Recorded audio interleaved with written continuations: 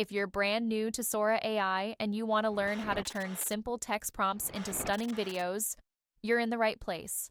This is the complete beginner's guide. I'll walk you through where to find Sora, how to use it step by step, what all the parameters mean, and some pro tips to get the best results, even if you've never touched AI video before. So first, what exactly is Sora AI? Sora is OpenAI's text-to-video generator. You type in a description and Sora creates a video clip that matches it. Think of it like ChatGPT, but instead of giving you words, it gives you moving visuals. Now, where do you actually find it? After logging into your OpenAI account, find the Sora option on the left panel and click it. This will open the Sora page, and just like in ChatGPT, you'll get a text box for your prompt. By default, it will show image as an option. Click on it and then choose the video option, and then you will see additional parameters on the side like duration, resolution, and aspect ratio. Okay, let's talk about prompts. A good prompt has 4 main parts. Number 1, subject, who or what is in the scene. Number 2, setting, where it's happening. Number 3, style, realistic, cartoon, cinematic, anime, etc. And number 4, details, lighting, mood, or camera angles. Here's a simple example. A surfer riding a giant wave at sunset, filmed in slow motion, cinematic wide shot, golden hour lighting, 4K. That's all it takes. The more clear and descriptive you are, the better your results. Now let's break down the parameters. These are like the settings on your camera. First is aspect ratio. Select the dimension that you want for your video. For example, 16:9 will give you the YouTube widescreen dimensions. If you choose 9:16, then you get the aspect ratio for uploading on TikTok, Instagram Reels, YouTube Shorts, etc. Meanwhile, 1:1 ratio will give you square dimensions, which is great for Instagram feed posts. Resolution comes next. Starting at 480p, you can get up to 1080p depending on your plan. After this comes duration. How long do you want your video to be? The choices are 5, 10, 15, or 20 seconds, depending on the plan you are in. You can also input by text frame rate in the prompt. For example, 24 FPS looks cinematic, 30 FPS is smooth, 60 FPS feels ultra real.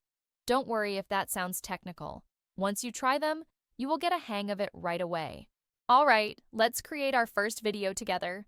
Here's my prompt. A cozy cabin in the snowy mountains with smoke coming from the chimney, filmed at sunrise in 4K, cinematic style.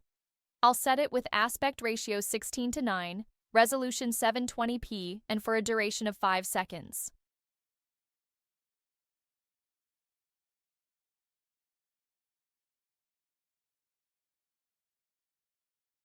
And here's the result. Amazing.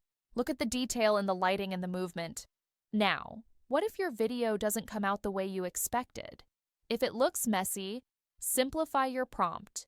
Too many conflicting details can confuse Sora. If it looks too generic, add more style words like cinematic, anime, or drone shot.